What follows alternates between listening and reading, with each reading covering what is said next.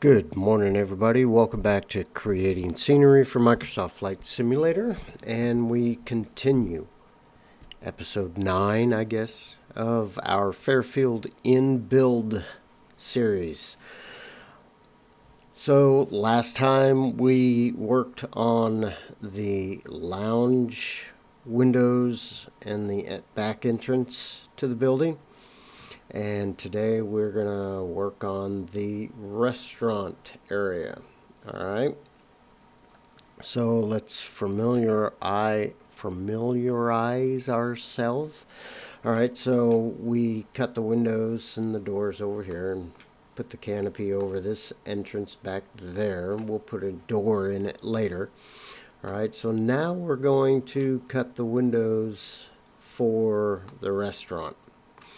So, going back to Google Earth, and we'll do our measurements. Bring my measuring tool over here to my big screen. And, let me get KeyCast turned on. Should have done this to begin with. And back to Google Earth. All right, so we're going to do a path measurement, and we're going to measure from this corner to that corner. We get 2.5 feet, I'll say, and on the other end it should be probably 2.5 feet or so. 2.25. We'll call it let's call them both 2.25. All right. So it's just a series of loop cuts again. So we're going to select our, wait a minute. What I want to do first, go into edit mode for the restaurant area, select the roof, and let's separate that out. So we'll call this the dining roof. Okay. Alright, so here is our walls. So let's do I hit period on the number pad to focus on my selection. And we're going to Control R, slide that over to the left, and then G, X, I'm behind the building, so that's minus 2.25. And then we'll do the same on the other side. Except it's positive. GX 2.25. Alright, so we have that. Now we need to lay out our windows. Let's see. Let's do a path measurement here. Get a rough estimate. So let's say...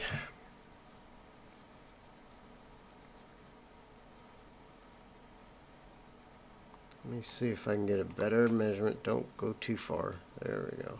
Don't go too far. Let's clear and let's do another measurement. Measure this window here.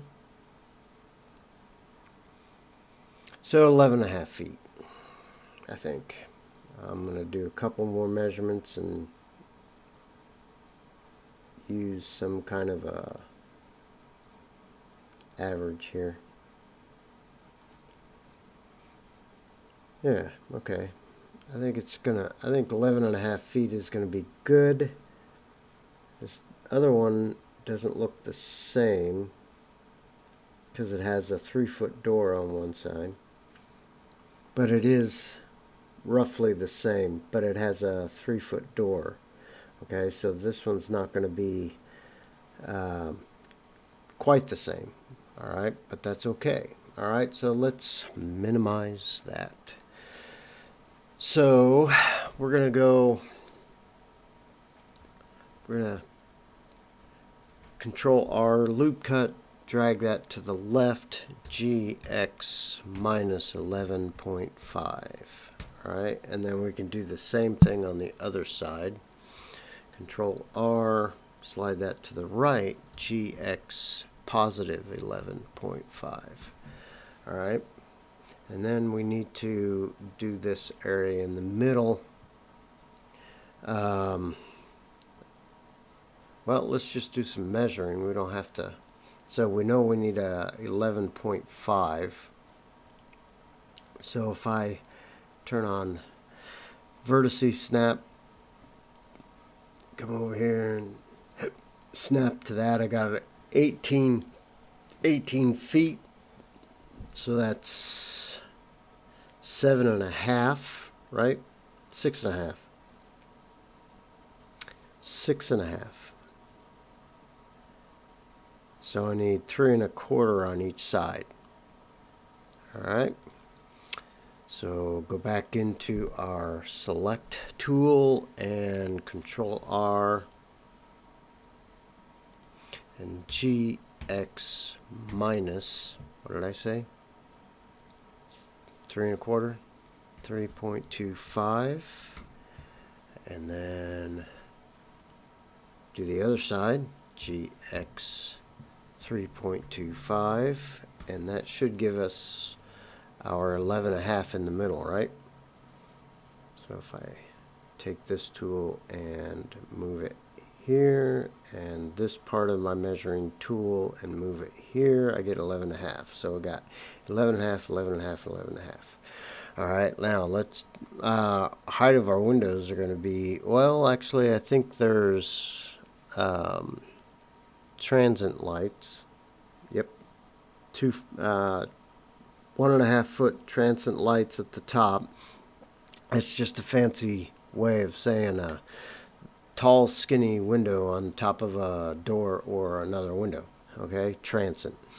All right, so we know that that transient line is at 7 feet because this door is 7 feet. All right. And so we're going to come over here and we are going to put a loop cut on the height. Drop that down to 0, GZ7. So that's where our transient and top of door is. Now we're going to make our loop cut for our transient light itself.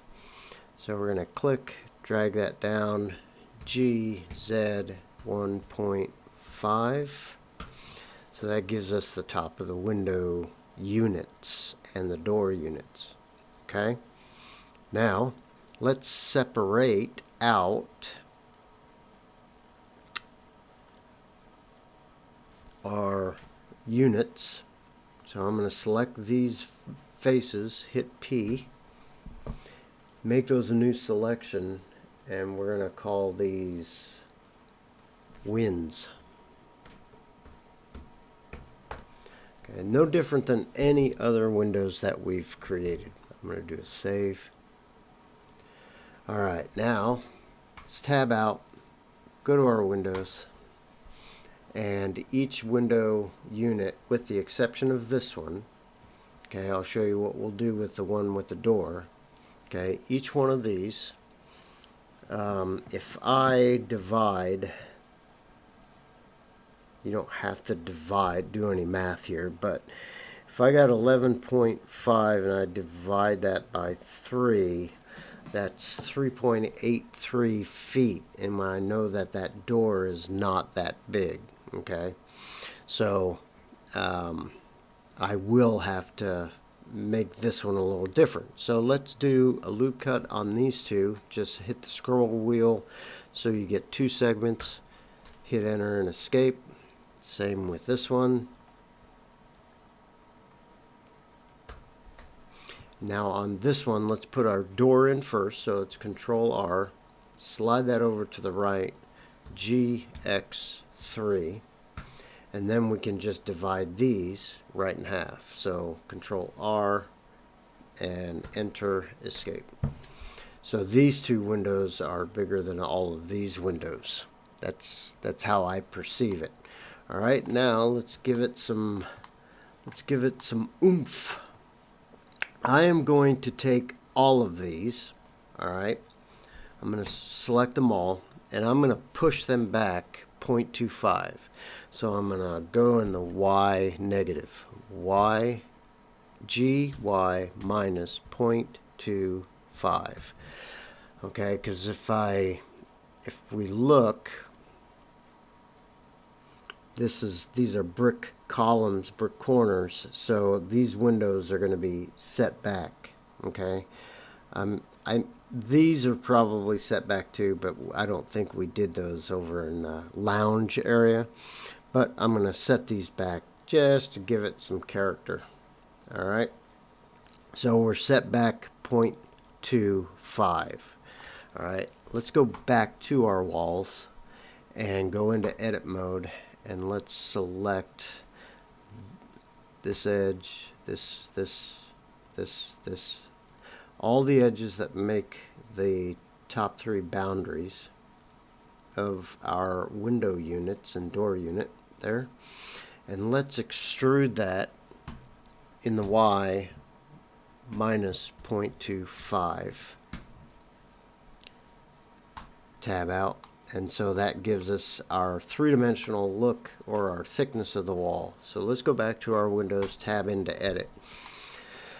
Now, I'm going to shift select the door so I don't create boundaries, insets around the door, because they're wider.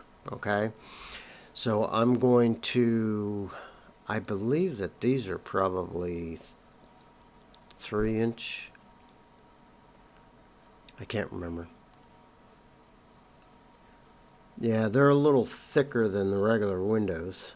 Okay, so I'm going to make those 3-inch dividers. So 1.5 is going to be my inset size. So I'm going to I twice, so I get individual segments. I'm going to go, let's see, 0.125. Okay. Then I'm going to select my door. Face select my door, hit I, and we're going to go 0.3. Okay, so that gives the door a different kind of a look, right? Then I'm going to go back to my glass, select the polygons just for the glass.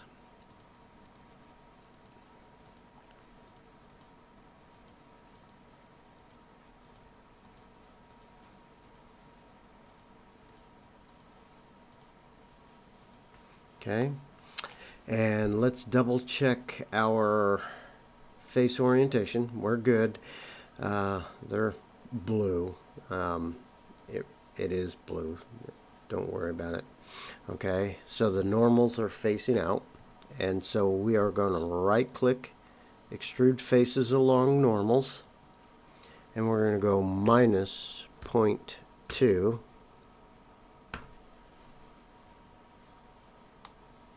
So the windows are set back. Now with the glass selected, hit P, selection, and now we have dining room winds glass. That's what we'll name it. Alright, now let's just apply the materials that we already have just for fun. We'll make adjustments to that later. So we're going to call the glass dark glass. We're going to select our frames and use our frame material. Okay, so now we have the window glass. Now you see this shimmering back here. That's because of this wall is, there's two of them. So let's go into edit mode and select these faces and just simply delete those faces there, and then that shimmer goes away. And I got the same thing on our canopy. So I'm going to select the canopy, go into edit mode, and we don't need this face, and we don't need this face, and we don't need this face because they're up against the building, so we'll go ahead and delete those. Okay, there, and that takes care of that shimmering. And I think we have the same thing with the lounge. Okay, so I'm going to zoom out a little bit. Get out of edit mode, select the lounge, go into edit mode, and select those faces. Why is that weird? Why is that like that? Huh, wonder what I did there. Look at that. That's strange. Well, we'll get rid of it. We don't need it. But let's go ahead and select these while we're at it. Hit delete faces. That way we get rid of our shared faces. And let's select these that are up against that wall over there. Delete those faces. Just do some cleanup. Okay. Now, somehow I have vertices on this lounge. This vertice, let's turn ghost mode on. And I suppose actually I don't need these faces here because there's a wall there. Whoops, I didn't want to select that. That's shared wall, so we can delete those faces. Okay. But let's go back to this vertice. See how that got to an angle? I wonder how that happened. Oh well, that's okay. So let's select this vertice, hit Shift S, move our cursor to that location, come up here to our pivot point, and choose 3D cursor. And what we're going to do with ghost mode on is I'm going to select this one, and I'm going to select, well, that one didn't. It was only on this little area here. It was only on this end wall. So I'm going to scale this. Actually, no, I'm not, because I don't need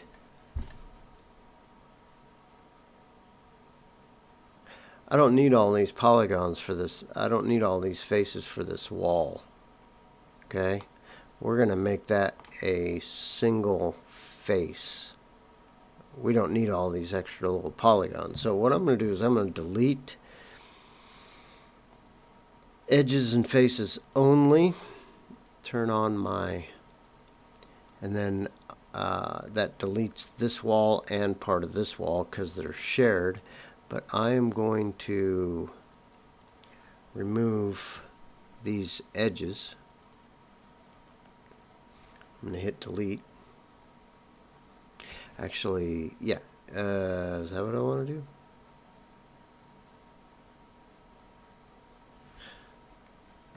I'm going to keep this bottom one.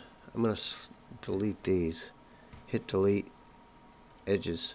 Alright, and then turn back vertice. I don't need these vertices here, so I'll delete those. And I think, is there a vertice right there? Can't tell. Nope. Alright, so delete the vertices I don't need. Select these 4 vertices, hit F, join those together. And then I want to select the edges that makes up this wall. Whoops, wrong key. And shift, select this one, and this one. What I did was I first started with an Alt and then click. And that's supposed to do a loop cut all the way around, but it didn't because they're not contiguous. So I individually selected the edges. Now with those edges selected, I'll hit F, and let's double check our face orientation, and we're good. Alright, so clean that up. Alright. Turn off face orientation. And let's do a save. I'm going to pause for a second.